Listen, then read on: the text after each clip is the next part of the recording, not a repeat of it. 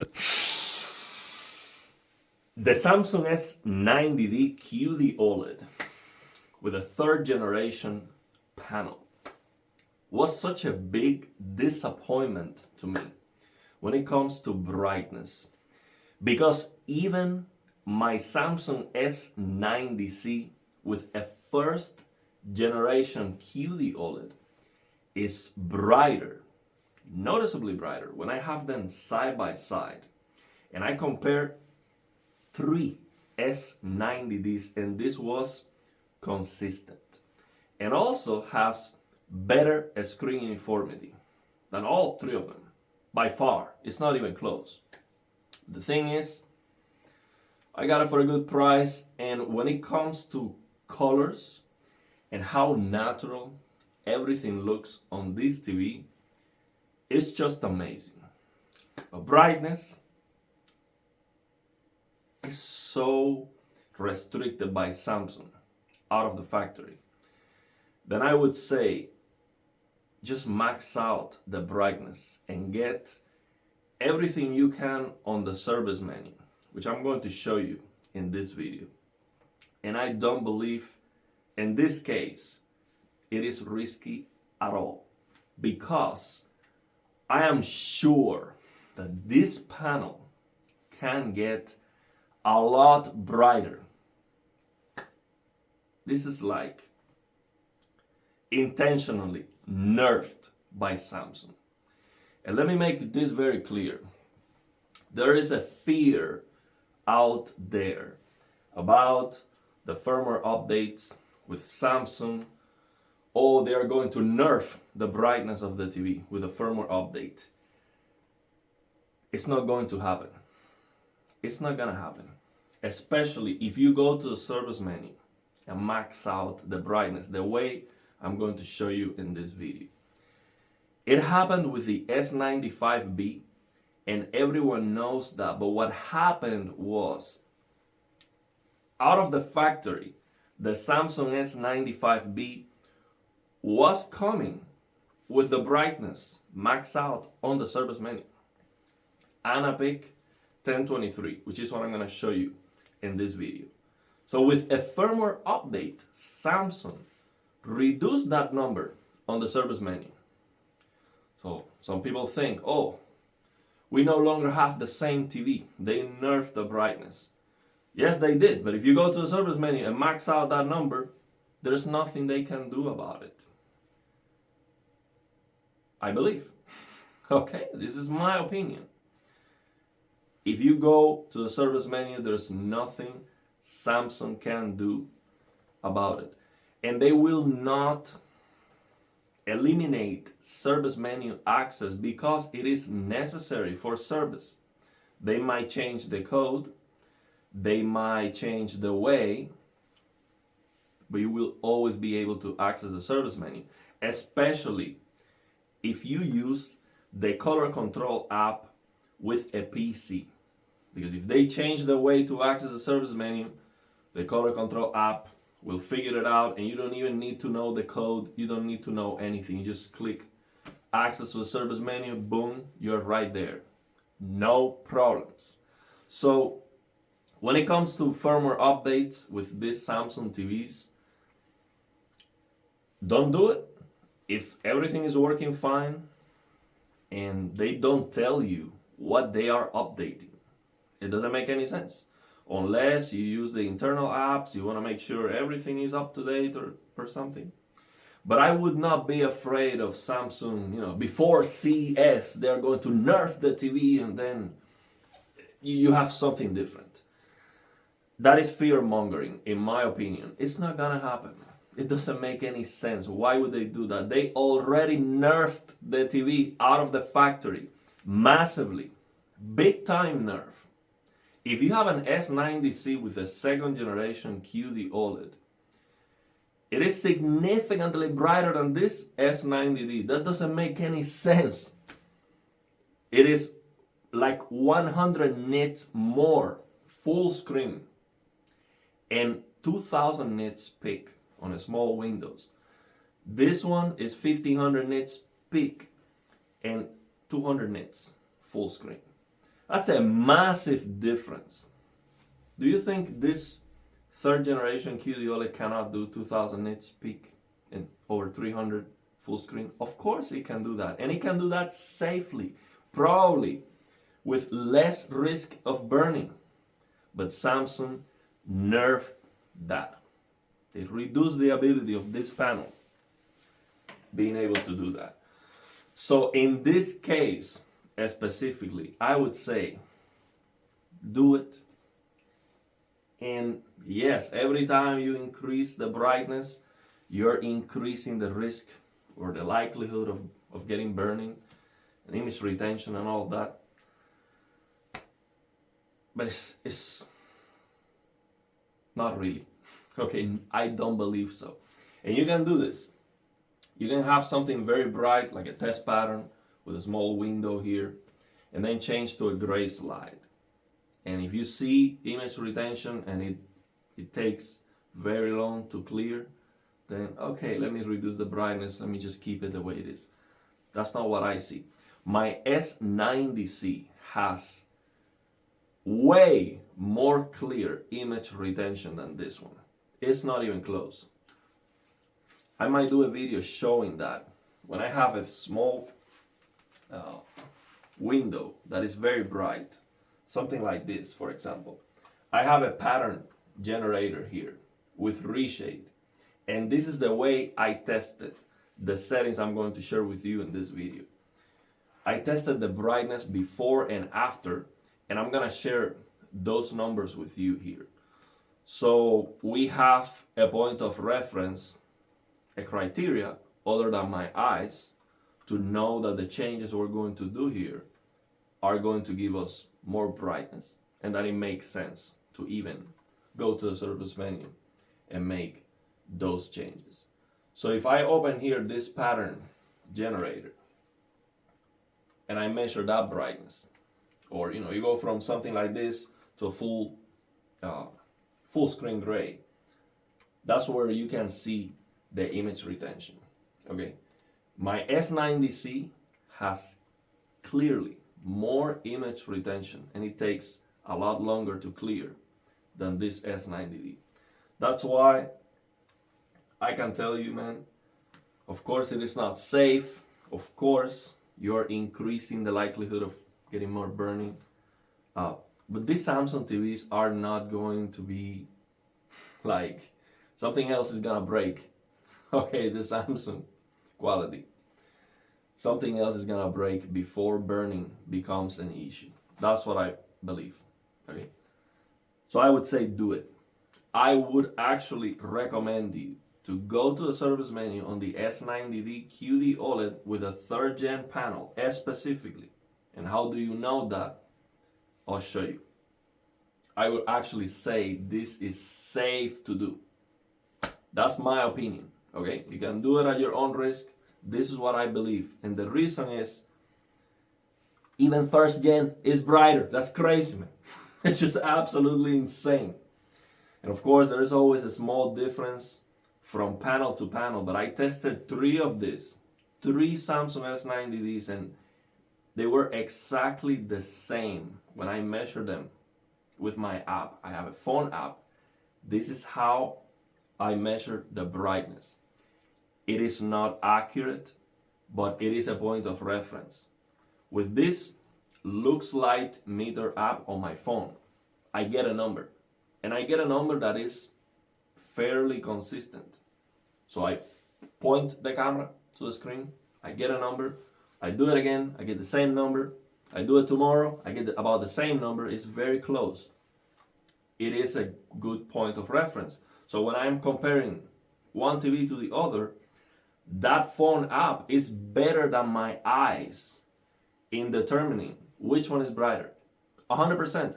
Our eyes are actually very bad in determining brightness differences because we perceive brightness in a logarithmic way. Okay? So what that means is the difference from 100 nits to 1000 nits to our eyes is the same difference from 1000 nits to 10,000 nits. The jump in brightness looks the same to our eyes. That's crazy, okay? So that's why I'm saying it still makes sense to use this phone app, even if it's not accurate, because it's better than our eyes to determine the brightness differences. So let me tell you what I did. I used this test pattern generator, and I measured the brightness before and after the changes, okay? So I have this small window here. I measure the brightness before and after the changes. And I actually tested three variants. So let me tell you what I did. Out of the box, with the stock settings, I measure the brightness of the TV. And these are the results, okay? I have a notepad here to share the results with you. Get this out of the way. Well, actually, let me open the notepad because I don't have it. Okay, here it is.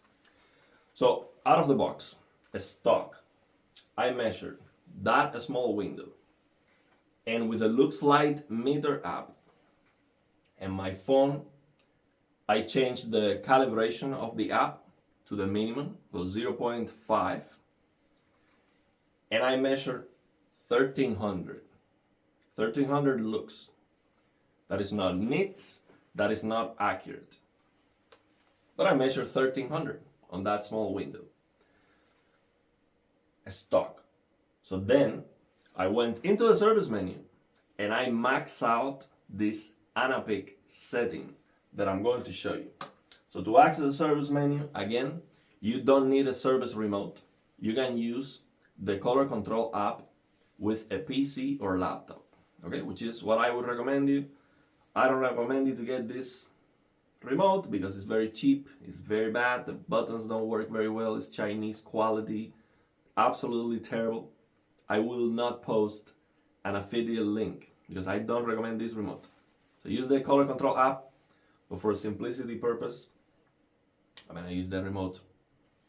So it's easier and faster. I can go in and out of the service menu.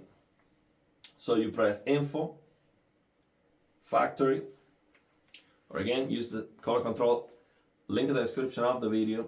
I already show how to do that. With the color control app, I already show how to access the service menu on the S90D.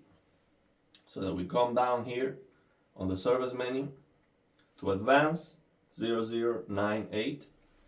The app will do that for you. You don't need to know the code. Just click Next. And that's it. See, this doesn't work sometimes with this remote. Again, 0098. See, that's why I don't recommend it. You have to try it multiple times. Let's see if this is even working. Yeah, it is working.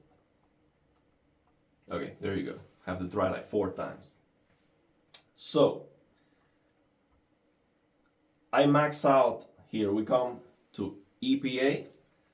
I max out this Anapic 1 and 2. If these numbers are 682, you most likely have a 3rd generation QD OLED that maxes out at 1500 nits. And supposedly, when you max out those numbers, you don't even get more full screen brightness.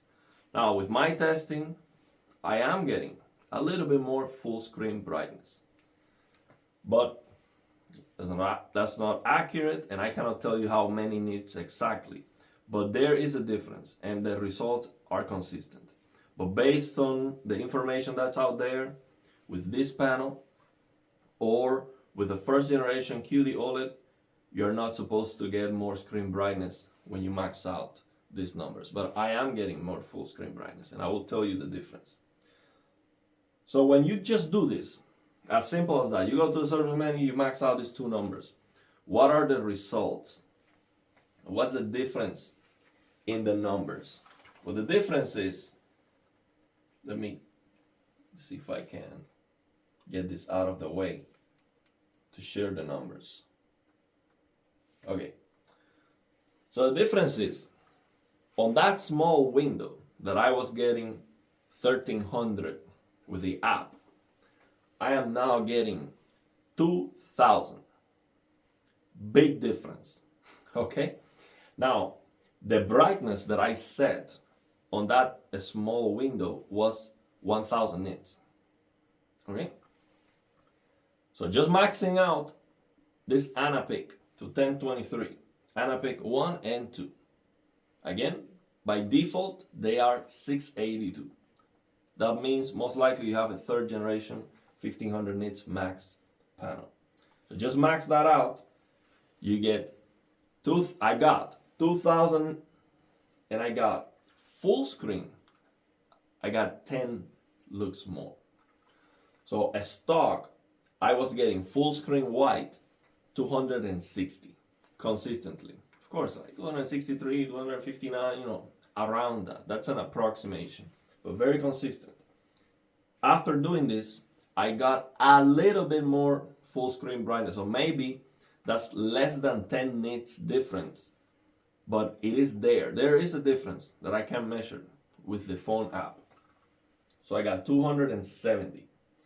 Now, I would not recommend you to just do this. You want to tweak the EOTF tracking, because if you just max out the brightness, you're going to overtrack the EOTF, and it's going to look, it is supposed to look brighter than reference. I don't care about accuracy. I am changing the games anyway, and I am using my eyes to do that. But you want to have your display, especially for HDR, as accurate as possible, because it looks better. You see, overtracking the EOTF means sometimes that it's going to look washed out, and you don't want that. You don't want the picture to be washed out. So you try to, based on the recommendation from other people out there that tested these mods with colorimeters and also using test patterns, we try to do our best to get it as accurate as possible. And that's what I would recommend. Of course, if you have instruments to measure, it will be even better. So I would not recommend you to just come here and max out Anapic 1 and 2 and call it a day. That's not the best. I would recommend you to come here to WB Movie, turn it on, Movie HDR, warm to, and then change these two settings, Pick W and HM Pad Pick W Plus. That is for gaming, game mode. HDR basic, static tone mapping would be this one, HM Pad Pick W Plus, and active tone mapping would be HM Pad, Pick W Plus, Pick W dot. That's active tone mapping, static tone mapping, okay? So we have to change these two numbers. We have to increase those two numbers. By default, this one is 100, 100, 95, and 90, okay? So with those default values, I got the numbers that I share with you, a stock. Maxing out, so with those default values, let's go back. So with those default values, 100, 100, 95, and 90, I got 1300 in a small window and 260 full screen. With those same numbers and Anapic 1023, I got 2000 in a small window and 270 full screen. A little bit more full screen brightness, and definitely a lot brighter in a small window. And now, with these numbers that I'm sharing with you right now, I got 1850 in a small window and 240 full screen. So you might think, well, that's worse. Why would I increase these numbers to maybe, get it more accurate, but not really, because you don't have a colorimeter to know for sure if it is more accurate. So why would you get it less bright and it's not accurate anyway? if it's not going to be as bright. But here's the thing. That was with the pattern being 1000 nits. So the max CLL of the pattern was 1000 nits. So when the max CLL of the content is the same 1000 nits and you increase these two numbers, it has the potential to look a little bit dimmer, okay? Especially at the maximum 1000. But with this modification, the clipping is no longer close to 1000. It is now close to 1500. So what happens when you change the content to be 1500 nits? Then what happens is that you get the same brightness as I got without changing this. So basically maxing out Anapic 1000 nits, I got 2270 full screen. With these numbers and max CLL 1500, I got 2000 nits in a small window and 270 full screen. That's awesome. That tells me that these numbers are actually doing a good job. That's fantastic. Okay, so the thing is, you need 1500 nits. You need to be able to change the content to have a max CLL of 1500 nits, so you can use these settings. This is actually not working. Okay, so you can use these two settings. So that's my recommendation, especially if you have a PC. 1500 nits, you can always use reshade or in-game settings. Use the HDR analysis tool to make sure that you're getting 1500 nits. And if you do that, you're getting the maximum peak brightness that we can get on this S90D with a 3rd generation QD OLED that was originally Anapic 682. Okay, so this would be my recommendation. Now, how I figured out these two numbers, I don't have a colorimeter. How I do this? Because the way I do it is with test patterns. Because I know the brightness is supposed to be 1500 nits, then I make sure that the white is clipping at 1500 nits. So I just increase this one for active tone mapping. So I have active tone mapping. I come here, I have the test pattern flashing, and I increase this number until it clips at 1500 nits, and then I use static tone mapping and do the same with this one. It's that simple. And of course, I test with different test patterns, white clipping test patterns, and all of that. So I'll show you the settings too for the TV settings that I'm using. So now after you finish making these changes, you want to turn off the TV and back on. Before we do that, now that we are here, let me show you the other settings that I change here on the service menu, and I would actually recommend you to do it. I want to turn off as much dimming as possible. We cannot turn off ABL, that's undefeatable. But we can turn off the ASBL dimming, which is dimming that happens when you have a static content. Okay, so if you have a picture, for example, it stays on screen, it's gonna start dimming. I don't like that. But if you don't care, you can keep it. But now that we're here, I come here, let me see if I remember what it was. Option. Careful when you come here inside option. Actually, let me use this remote. Now that we're here on the service menu, because this remote is crap.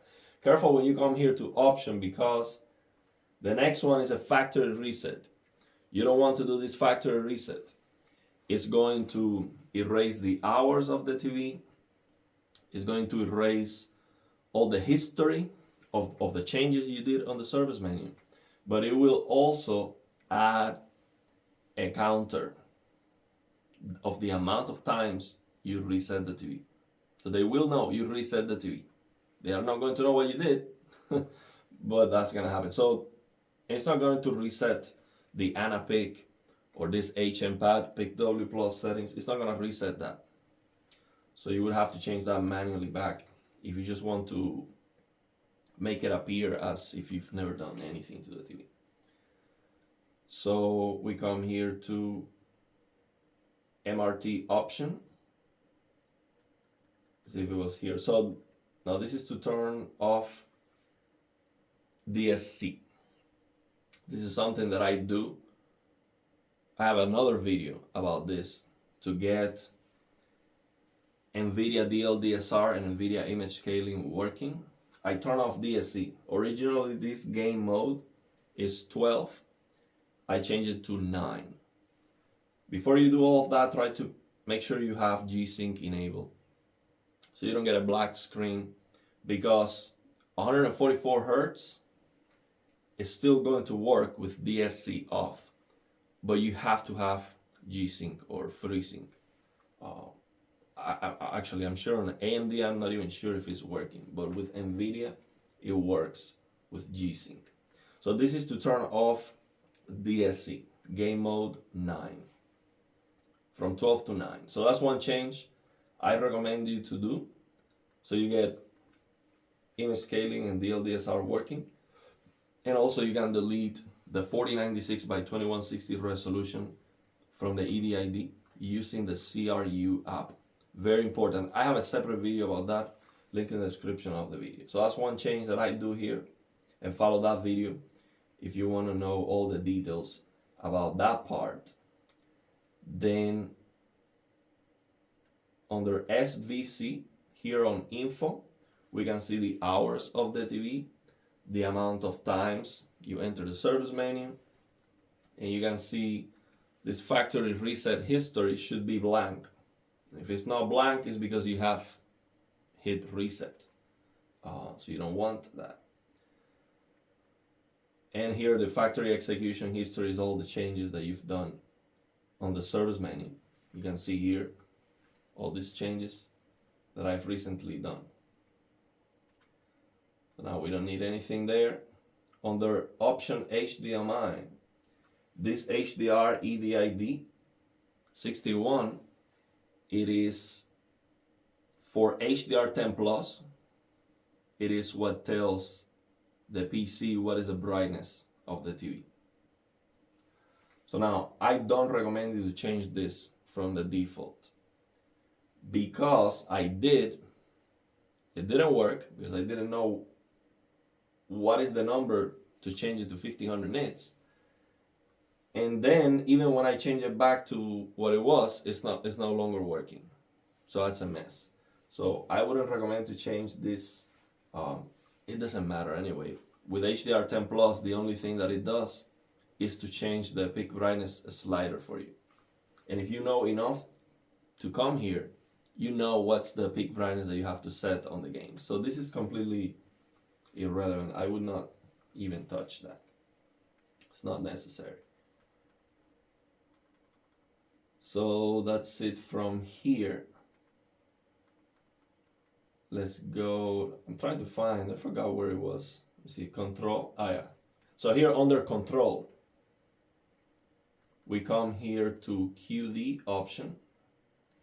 And to turn off ASBL, we change this screensaver brightness from 7 to 0. So this is going to turn off all the dimming we can turn off on this TV. So still you're gonna have ABL, that's undefeatable, but we can at least eliminate that one. And that's it. I think that's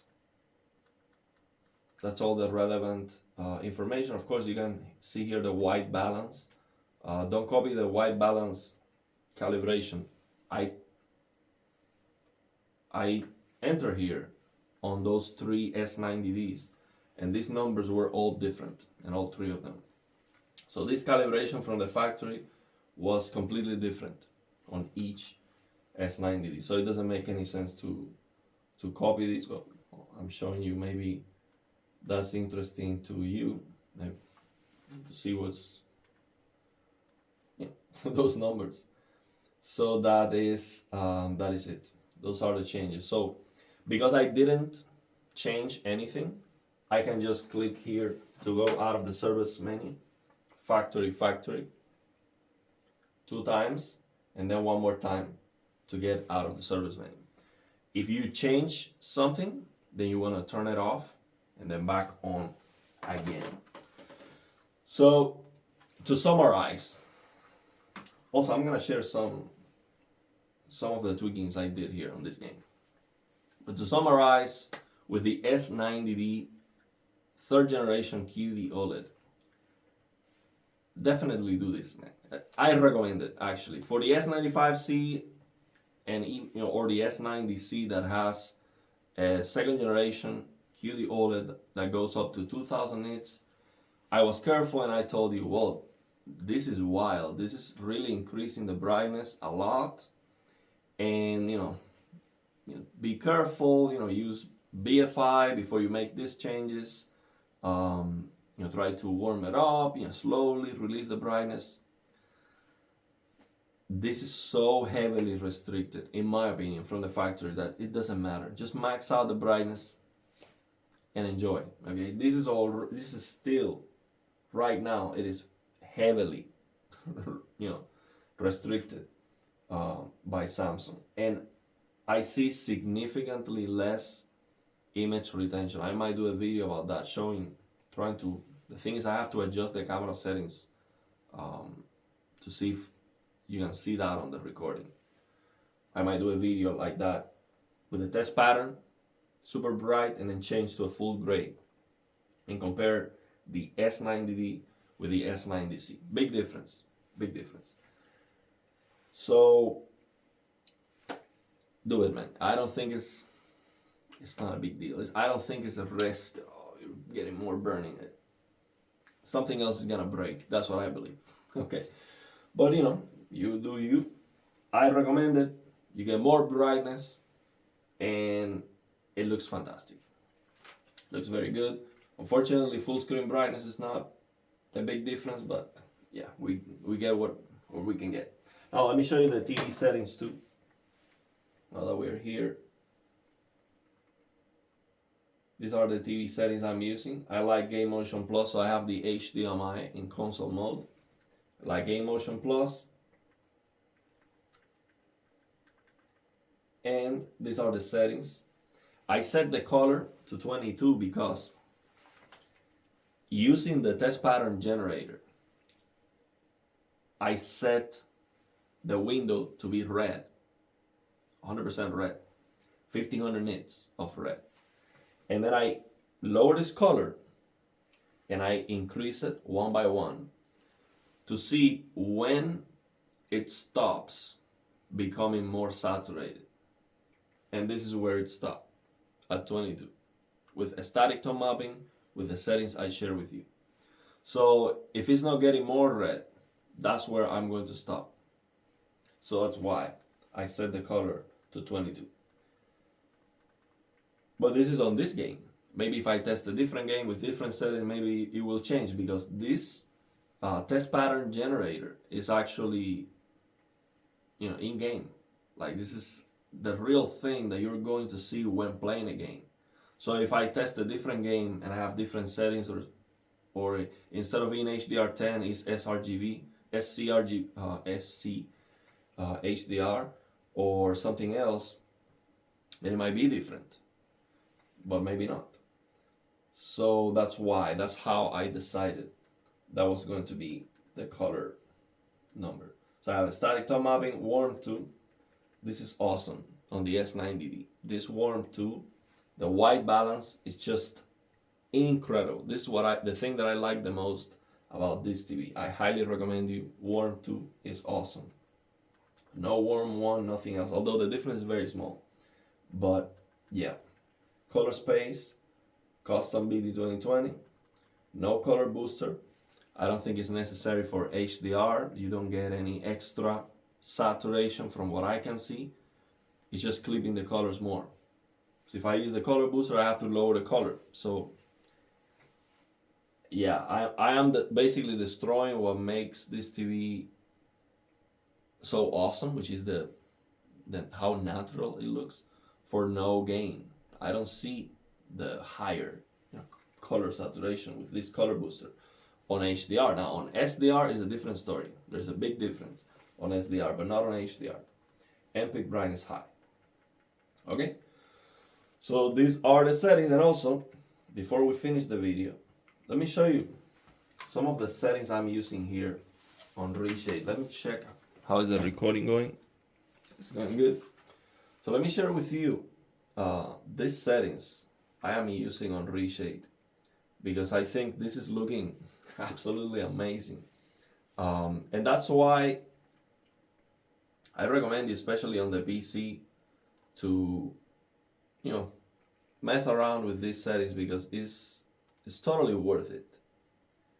Let me increase the size here of the font and text so you can see this better. Now here, this is an Unreal Engine game, so I am using Reshade with the Major Paint the Cactus add-on to Reshade. So this is this Auto HDR, Enable HDR. So this is SC HDR. SC RGB HDR. Forgot, I said it wrong last time. So it's SC RGB HDR. So I am using, usually I use the Lilium's inverse tone mapping. It's easy, just use Lilium inverse tone mapping, change the brightness, done. It works. But for this game, I wanted to, fine tune it to be as perfect as possible. So I use the Advanced Auto HDR tone mapping. When you're installing Reshade, you have the Lilium shaders, so you can basically select the shaders that you want to install. You have the Lilium shaders, HDR shaders by Lilium, and you have also the Pumbo HDR. And actually that Pumbo HDR shader, I think that's originally the shader intended to work with this Major Paint the Cactus. Maybe I'm wrong, but I think it was. So it gives you more options. You have more control over the saturation, the brightness, the midtones, and everything. So you can fine tune the experience depending on the game. And I think that's actually better, because this looks better right now than just the default Lilium's inverse tone mapping. So these are the settings I'm using. SDR sRGB is originally, this game is sRGB originally. How do you know? Use 2.2, use Gamma 2.2, and if you are struggling to see the shadow detail, then most likely it was sRGB. Very simple. If you're crushing blacks, use sRGB. So that was the case with this game, even when in the menu it says 220, which I thought, oh, that's clearly Gamma 2.2, but I'm crushing details on the darkness. And this S90D is actually very good on showing the shadow detail. Very, very good. It's actually better than my S90C, which is crushing blacks. So I can clearly see if I cannot see on the darkness, that's not right. So it's not Gamma 2.2. So that's how you select that.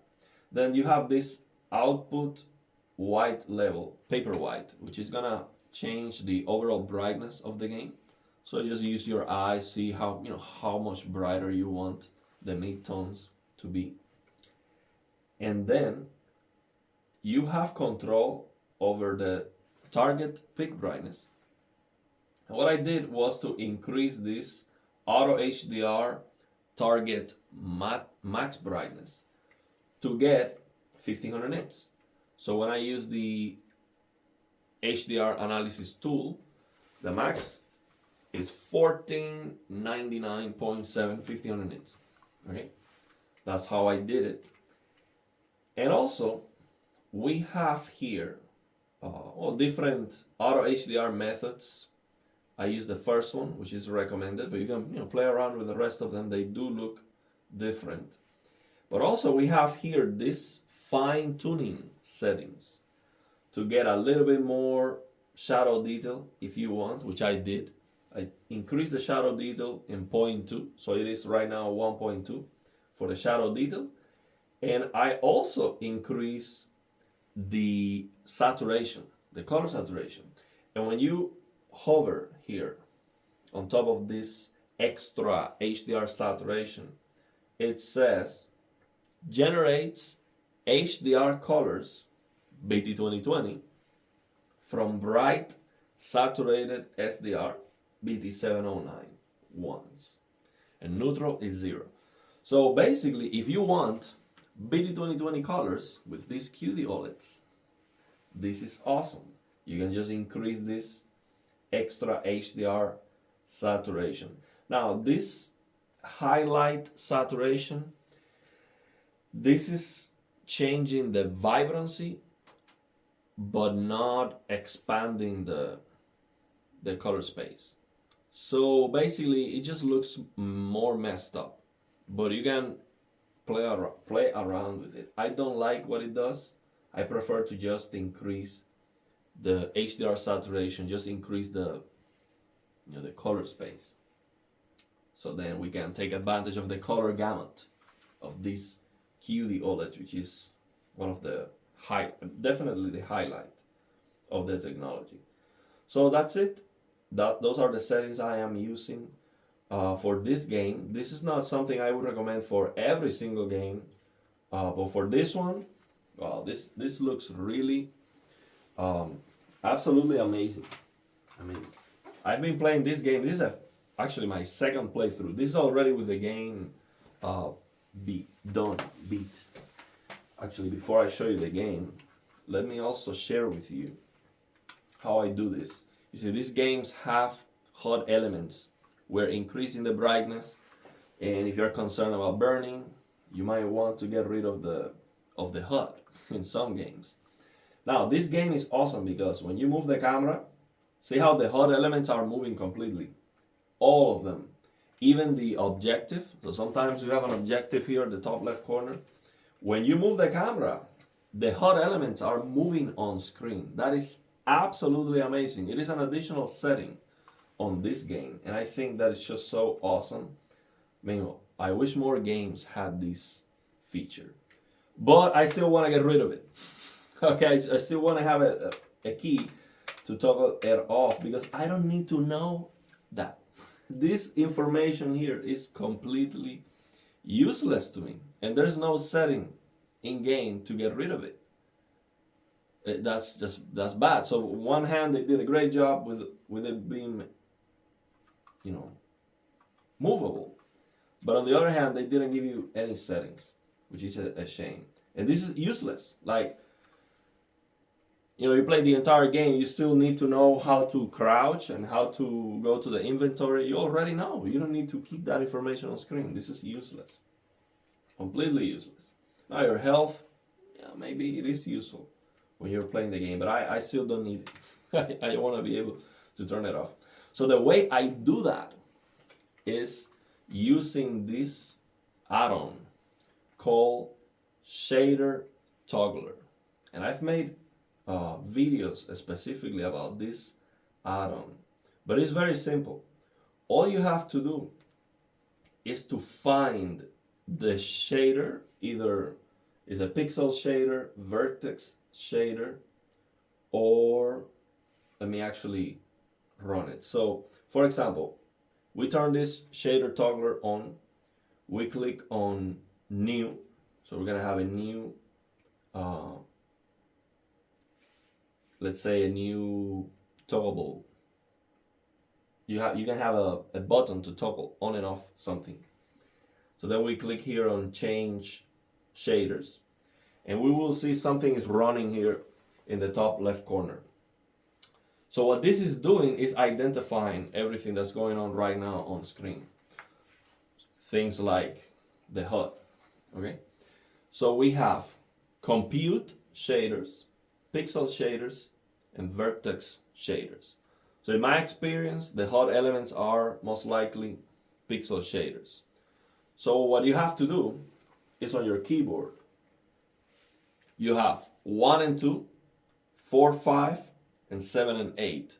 So this is to, for example, this 1 and 2 is to change the pixel shaders. So all you have to do is you have to go like 1, 2, you just keep circling around the pixel shaders until you see the HUD disappears. So once you see that the HUD disappears, then you know that's the one. Let's say it is pixel shader, 80. Okay, then you click on 3 and you save that. And that's it.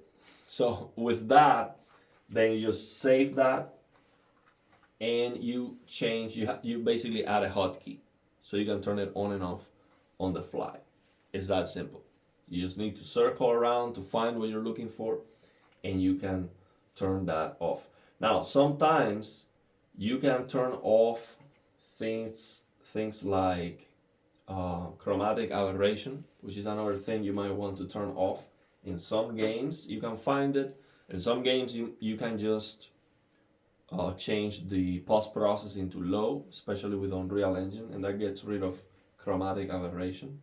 But there might be something else you want to get rid of. Maybe you don't want to get rid of the entire HUD elements or everything, and sometimes they are separate. So, for example, you might want to get rid of this, or maybe this and this, but not this one. So sometimes you have the ability to just eliminate something very specific that you don't want with this shader toggler. And that's how I use my TV. So for me, burning, none. Like, what burning am I going to get here?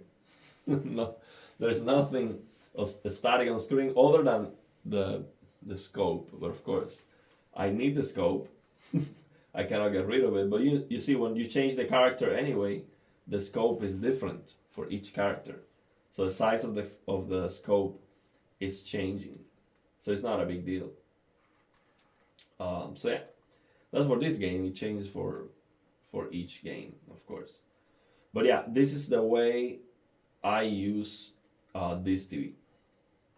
Again, I'm very happy with it, but yeah, those 2000 nits on the S95C it was noticeable, and definitely the higher full screen brightness.